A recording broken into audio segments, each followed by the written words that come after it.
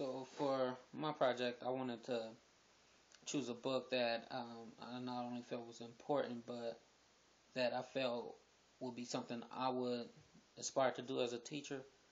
Um, the book also is important because to me, what the book is about is not necessarily the students or the teacher, but it's about teaching the students to look within themselves to find solutions to their own life problems.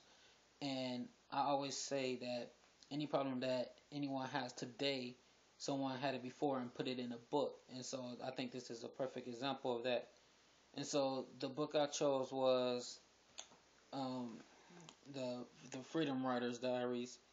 Um, I think this book is important because the kids learn that everyone has problems, sometimes worse, sometimes not as bad as yours, but that everyone has them and that there's always a way to deal with them. And so the thing about the book is that a lot of their life changed when they start learning about the Holocaust and what those people went through, and they even met some survivors, and it changed the kids' lives.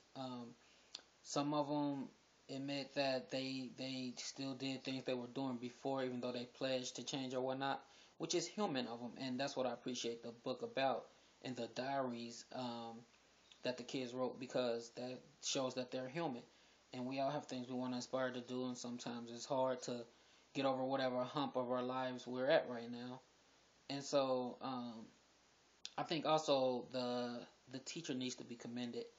I always love to keep a journal and write down problems, and I feel once you write the problem down, you'll find the solution somewhere in there.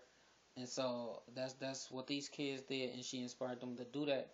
And that's something I still inspire, kids who I'm around to this day, my little cousins and things like that to do, because I feel that once you write it out, it de-stresses you as well, because it's out of your system, even if you don't like talking to people.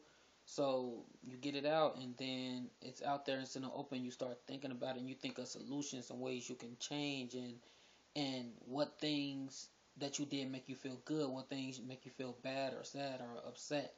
And that's another thing that they did. They learned to get in touch with their feelings through writing. And I think it's important. I actually believe this book should be read in high school. I mean, I think most, if not all, high schoolers should encounter this book sometime throughout their high school career because it is a perfect example of life and overcoming obstacles and problems and knowing that no matter where you go, everybody's going to have problems. From the richest to the poorest, we all have our issues, and so we need to, we need to understand how to deal with those, and that if we understand that everybody has problems, then we'll be more apt to try to deal with ours and not blame the world.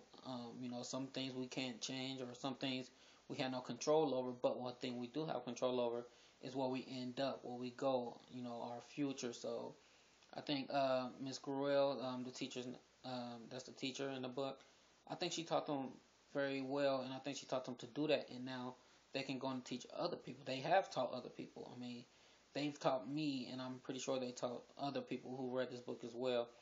And so I think one of the main themes of the book was looking within yourself to find solutions to your own problems and learning how to cope and deal with them, and eventually becoming a better you. So, thanks.